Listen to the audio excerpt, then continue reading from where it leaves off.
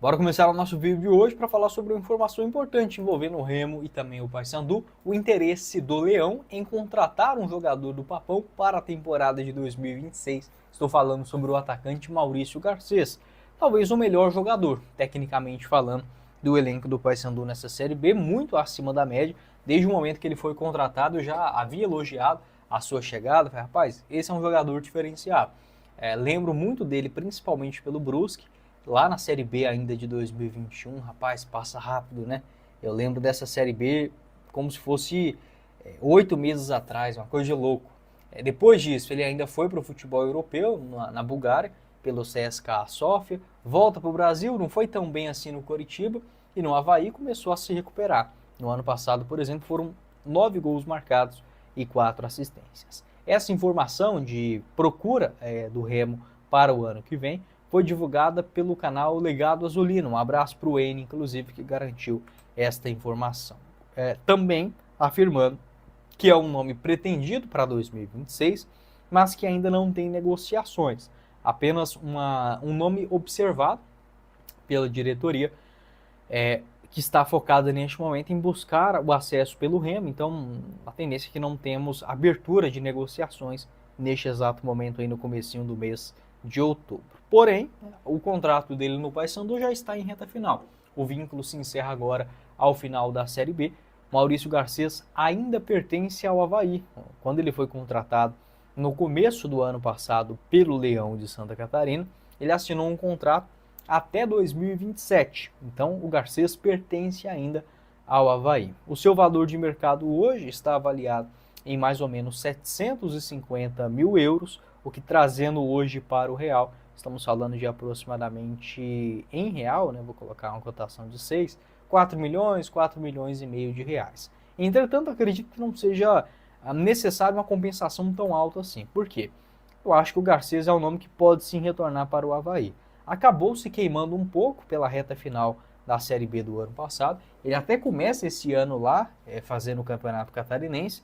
Depois foi emprestado ao Juventude na Série A, onde fez apenas 3 jogos. E posteriormente reemprestado, né, ao Paysandu. Pode ser que tenha um acordo, uma rescisão contratual ou até mesmo um novo empréstimo para o ano que vem. Hoje, com 28 anos de idade, o Garcês, que é revelado por um time chamado Chapadinha, no interior do Maranhão, lá em 2018. Ele começa a se destacar a partir de 2020, 2019, no interior da Bahia, e aí chega no Brusque, lá na Série C de 2020. Aqui o mapa de movimentação do Garcês, que fez 2 gols muito bonitos, né, contra o Criciúma nesta última rodada, atuando principalmente pela ponta esquerda. Tá? Uma nota média muito boa, segundo o SofaScore, de 7,32. No ano passado também um mapa semelhante, e lá em 2021, onde ele foi um dos destaques também daquele elenco do Brusque, junto com o Edu, centroavante, ex-Goiás, Cruzeiro, que foi o artilheiro, inclusive, daquela Série B de 2021,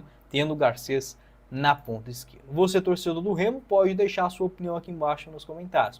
O que pensa dessas negociações, né, envolvendo saídas diretamente de um rival para o outro. E claro, o torcedor do Paysandu também sonhando nessa reta final em buscar uma arrancada, pensando em permanência no ano que vem. Não tem a menor dúvida que haveria, né, esforços, uma prioridade, inclusive, pensando em renovação com o Garcês, já que é um dos principais destaques deste ano.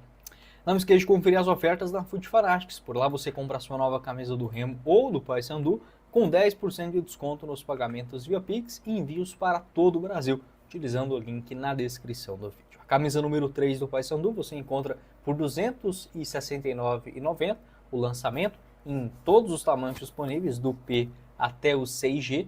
Tem também a camisa número 3 do Remo, né, dessa atual temporada, por R$ 299,90, do tamanho P ao Extra G, também com a possibilidade de personalização, seu nome, o número nas costas, a partir de R$ 15. Essas e outras ofertas também disponíveis no site, eu separei para vocês o link da Foot Fanatics, logo aqui abaixo na descrição. Eu não sou muito favorável de você estender demais a Série A. Até faria sentido para o Brasil, porque, volto a repetir, só logo de cara você tem ali 12, 13 gigantes. Para mim o Atlético Paranaense já faz parte dessa lista há um bom tempo. Mais outros 7, 8 clubes que são aqueles considerados médios, né, do Brasil, nem lá, nem cá. E vários outros tradicionais. Então estamos falando aí de pelo menos 45 clubes tranquilamente no Brasil com a camisa pesada. Seria interessante sim ter uma Série A maior, só que eu penso que na hora de você vender um campeonato com 28 equipes, 30, fica uma coisa meio picada. Tá?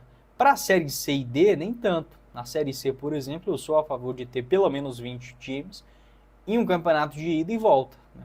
Como é, por exemplo, a Série B. Quem sabe para o ano que vem, tendo um aumento para 28 clubes, sendo divididos, por exemplo, em 14, né, em cada grupo e classificando os 2 primeiros para a Série B do ano seguinte, tendo aí no total 26 rodadas, pode ser algo interessante a ser discutido.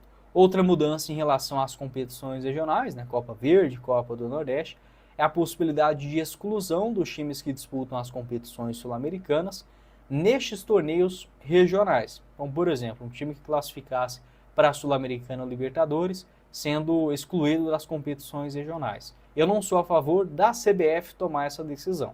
Para mim, se o clube não quer jogar, tem que partir dele e não de uma burocracia da CBF.